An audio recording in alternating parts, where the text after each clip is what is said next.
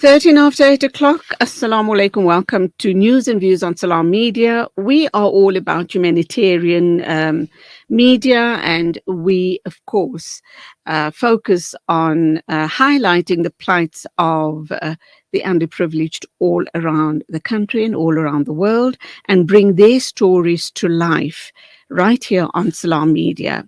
Let's kick off with our first interview with you, Molifi Tshabalala. You are a political analyst. Let's talk a little bit about the inauguration. We do know it's been done and dusted, but of course it's going to be a talking point for a couple of days now. And then, of course, we're all waiting with bated breath to see what the new cabinet is going to look like. There's been lots and lots of speculation, and a lot is going to depend on who's going to be holding which key post in cabinet going forward, and is it going to bode well for us here in South Africa? Undoubtedly, the president's going to truly have to apply his mind in who holds all of these key positions. But having said that, there are also a couple of quite a number of MPs that are going to get the chop. So a very good morning to you. Welcome to the program. And what did you make of the inauguration yesterday? Good morning and morning to the listeners of Salam Media, and thank you for having me on the show. I think the inauguration went well according to the plan. Insofar as the government is concerned, I haven't heard any concern. But I think for now the main focus on the speech delivered by the president. In his speech, the president has emphasized that unity. Of course, he did say to the South Africans that we heard you.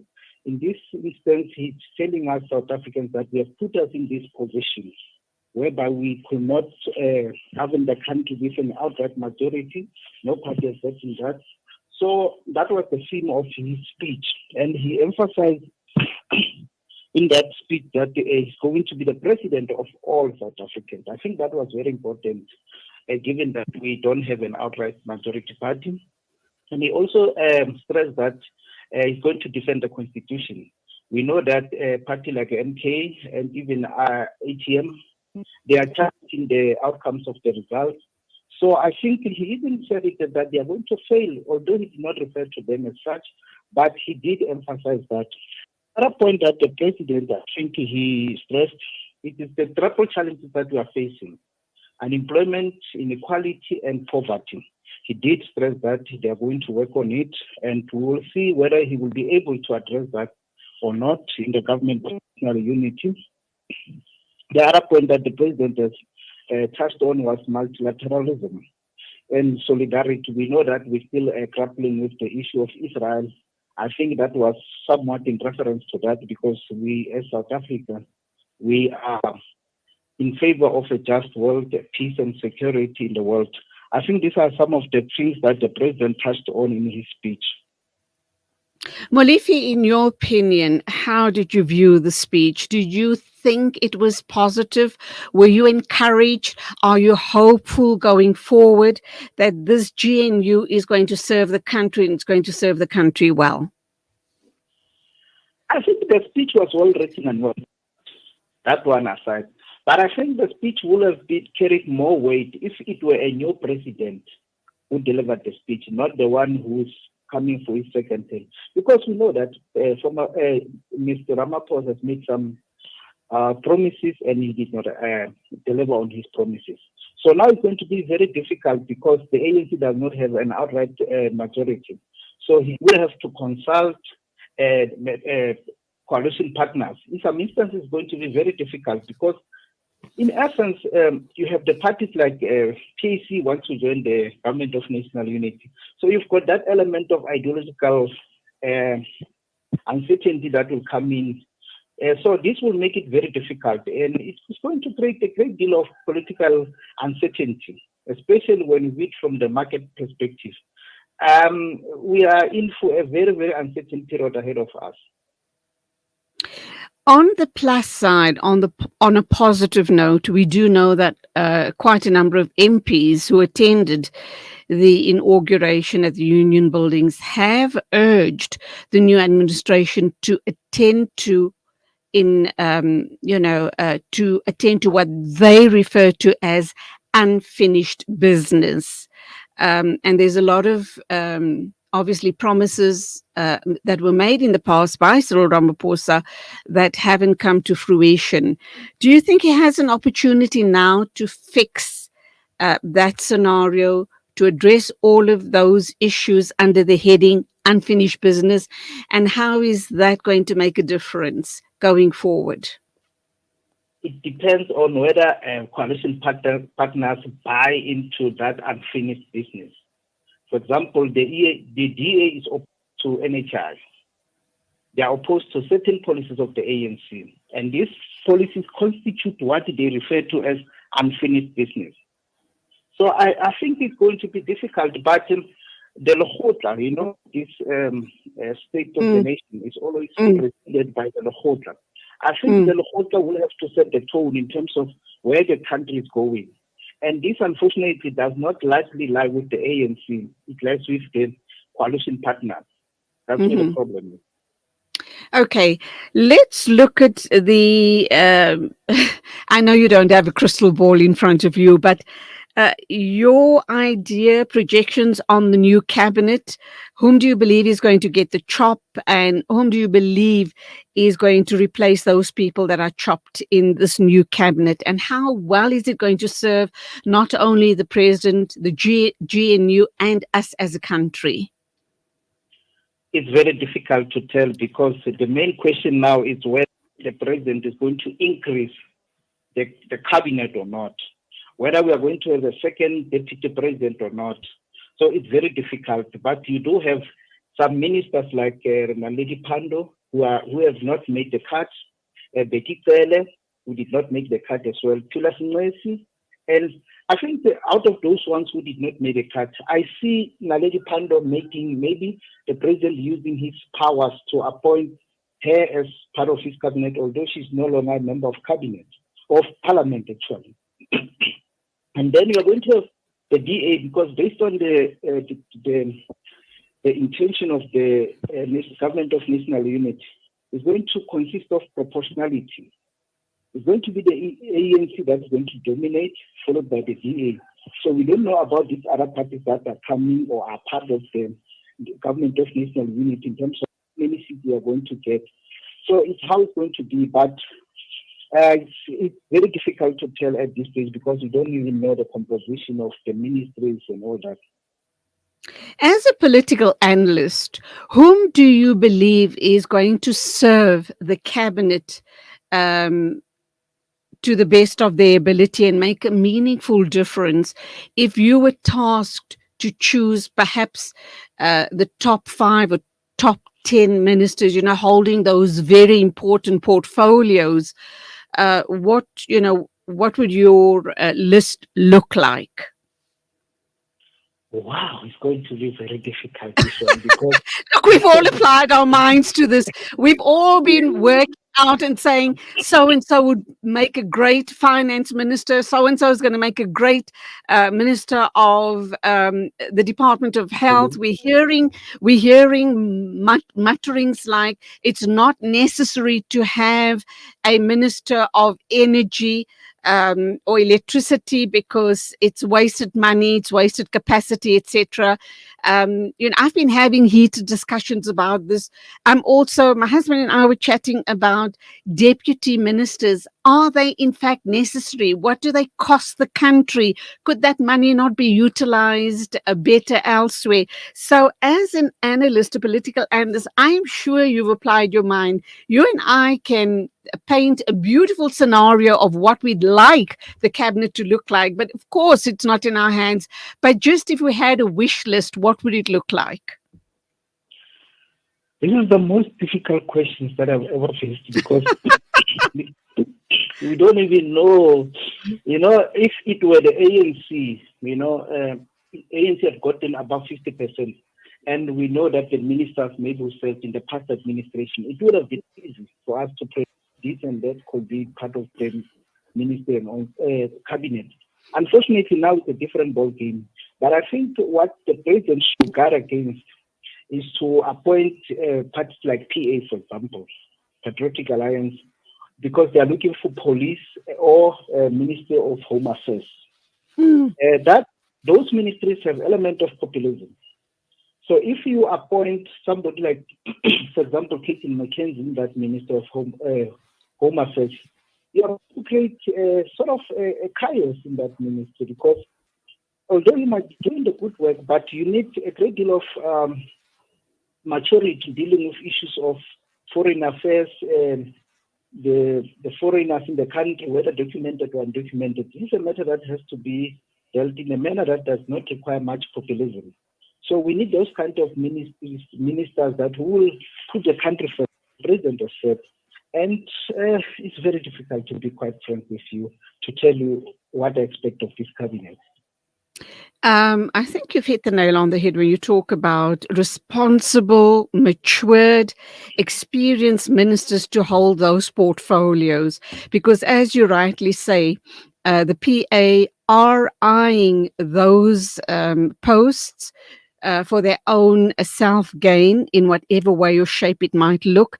And it is very, very important that we have the right people to hold those portfolios or those positions. Let's go for an ad break, and when we come back, we'll talk a little more about whom would be ideal to hold different portfolios, and then we can wrap up. But if I can just ask your indulgence to wait for a few minutes while we take an ad break. Rejuvenating media day by day. This is Salam Media.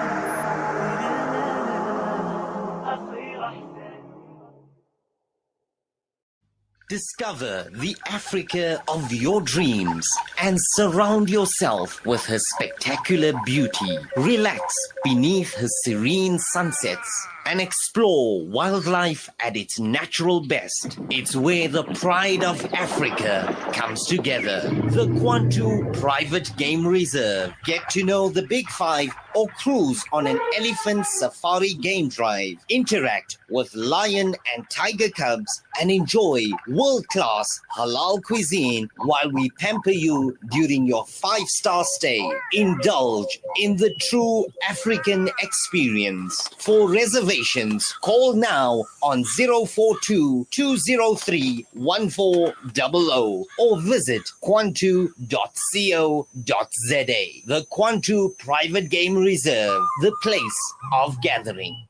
Valley's Motor Spares. We supply motor spares and accessories for all makes and models of motor cars, LDVs, bakkies, trucks, and earth-moving equipment. We deliver on time, every time. Please contact us via WhatsApp on 014-592-0925 or call 014-592-0925 or visit 28 Zenderling Street, Rustenburg. Remember the name, Valley's Motor Spares. Are you planning a wedding, birthday party, corporate event, or any special occasion? Kani's Catering Services got you covered. Our catering services are here to elevate your event to unforgettable heights. From tantalizing appetizers to mouth-watering main courses and desserts, our culinary creations are crafted with passion and precision to delight your guests' taste buds. Our spit braai is a talk of the town. Indulge in succulent, tender meats, slow roasted to perfection over an open flame. Kani's Catering Services chefs bring creativity and expertise to every dish they prepare, ensuring that each bite is a culinary masterpiece. We take care of your guests while you relax and enjoy every moment of your function. Whether it's plated meals to a simple buffet, we are on top of it all. Ready to start planning your perfect event? Get in touch with us today to discuss your catering needs and request a personalized quote. Let us take your event to the next level with our exceptional catering services. Kani's Catering Services, situated at number 373 Jabun Lovo Street, Pietermaritzburg. Call now 033-342-3511 or email us on info@kanis.co.za for Pietermaritzburg and surrounding areas only. Visit www.kanis.co.za After the recent attacks on Gaza, many families have been displaced with their homes left destroyed. Through your donations, our teams are on the ground in Gaza, providing support and delivering necessary aid to families affected. The people of Gaza need your help. Give hope. Donate today to Penny Appeal South Africa. www.pennyappeal.org.za 031 1100 573. We are here on the ground with Penny Appeal organizations in Gaza. Connect and stay ahead with Salam Media. This is Salam Media, coming to you live from South Africa. Welcome back. It's exactly 8:29 News and Views on Salam Media. Our first guest is Molifi Tshabalala. He's a political analyst, and we are talking about the new cabinet. We're actually wondering who are going to be holding those key posts. We touched on the inauguration and how South Africa and the GNU moves forward and hopefully makes a meaningful difference. So back to you, Molifi, and of course, the big question then is also the MK party. Do you think that they have shortchanged themselves by not joining forces or not becoming a part of the GNU? And what do you truly believe is now going to play out with them not having joined the GNU? Are we going to be seeing a lot of drama going forward? Yes, I think it is in the best of the ANC and the country that the MK did not join the government of national unity. Because you should understand it from the intra-party perspective.